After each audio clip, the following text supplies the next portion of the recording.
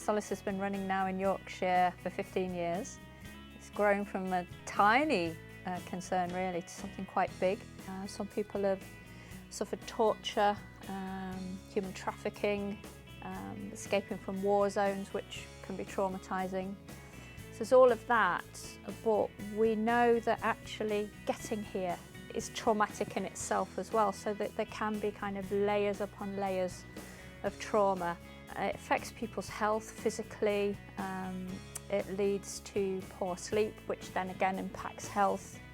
A lot of people have nightmares, and a lot of people are kind of living with a state of anxiety that you and I perhaps, can't imagine really. What I soon saw is that asylum seekers and refugees had huge levels of bodily pain, lots of chronic and acute headaches, and they'd say, I go to the GP, I get these tablets, but nothing seems to help. This is the most highly stressed group of people, I think, in the UK.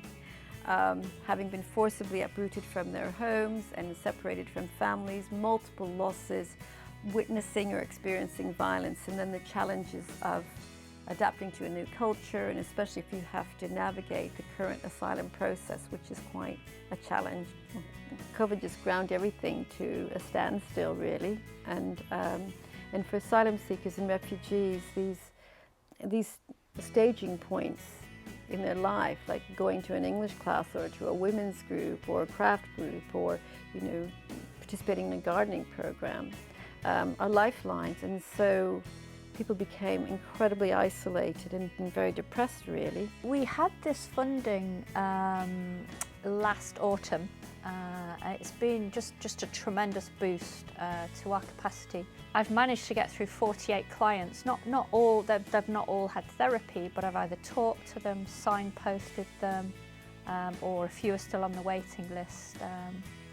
And I think another thing is we've kind of got Solace known. We do a lot of work with other agencies now. It's just been a tremendous boost to capacity in Kirklees.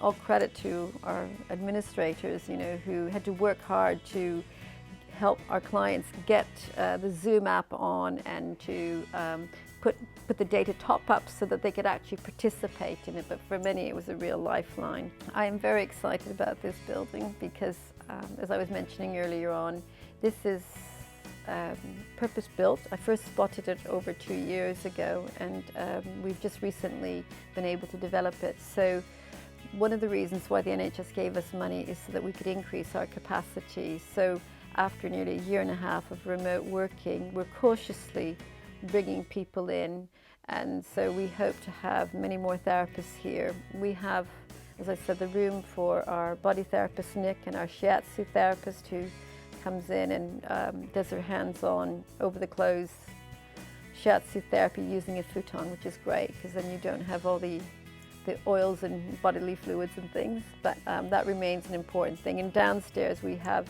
a big room for training, and so the stress management group, when it meets face-to-face, will be there.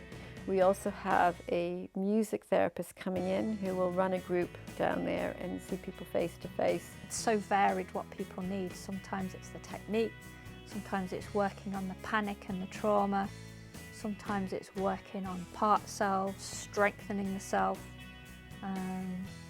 Sometimes, it might just be being with a client who's in such a dark place. We're all sort of open to different ways of helping people because no one thing's going to help everybody.